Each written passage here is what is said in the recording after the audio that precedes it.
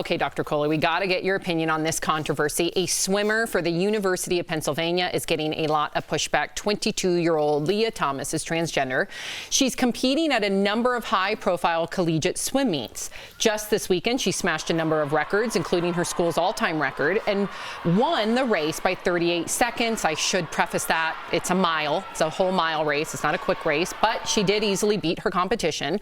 So now that that's clear, I think everybody also needs to know that these are not NCAA records that she's smashing. In fact, she's still got a really long way to go on the very elite level. But some are saying that regardless, it isn't fair to the other women in the pool. So what is your take? Do you believe, especially coming from a doctor medically, that she has some sort of a competitive advantage with just her body? Her index? So from a medical perspective, we try to level the playing field by changing the hormones, right? So you give hormone suppression therapy, like testosterone suppressed and estrogen is augmented. So what that does is it changes the muscle mass. So that playing field is leveled. It changes your blood counts. So you're not doping because men tend to have higher blood counts than women. So you've leveled that. But I have to be honest, guys, you cannot completely level that playing field because you cannot change somebody's body size. You can't change the size of their lungs. You can't change how big breaths they take. You can't change how tall they are, so if they're playing basketball or some other sport.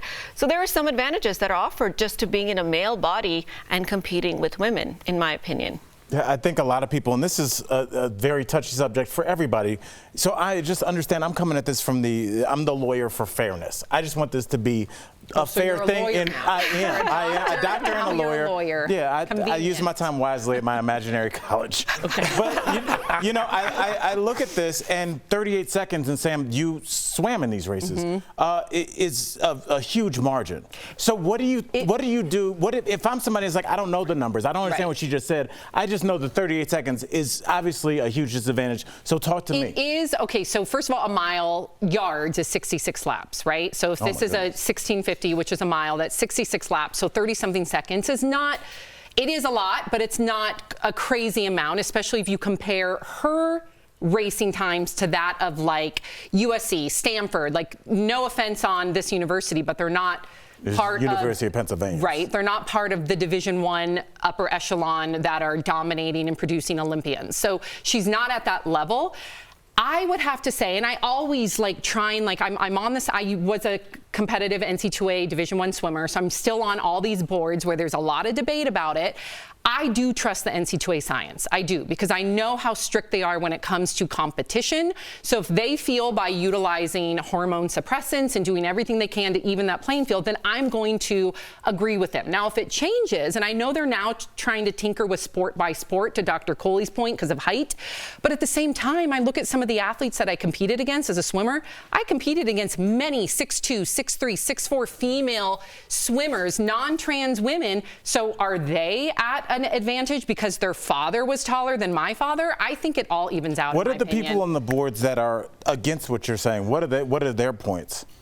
Most of the swimmers that I have seen, especially on the upper elite status, are for it, and they're congratulating her. It doesn't seem like that they're threatened. If you look at the top Olympic swimmers out there, they don't feel threatened by her. But I was just going to say, even though my opinion is that the playing field is not leveled, some might argue that it's leveled in the opposite direction.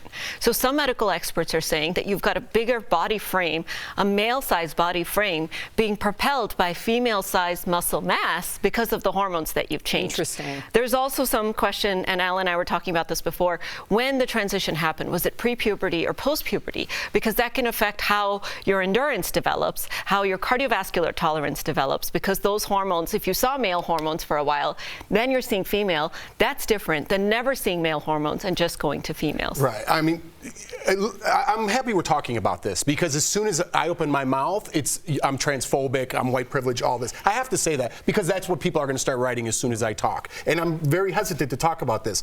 But Doc, when you say your lung size, your bone density, your muscle mass, as a female, you've never seen that. You're a doctor, quote unquote science, right? If you're science and a doctor and you're telling me to wear masks, the same people are telling me, no, the science isn't right when it comes to transgender issues in sports. But the same science is telling you that it is. So how are they contradicting each other? I agree with you, Jeff. You can't pick and choose your science. Science is science, whether it works in your political favor or not. And from a scientific perspective, everything cannot be equal.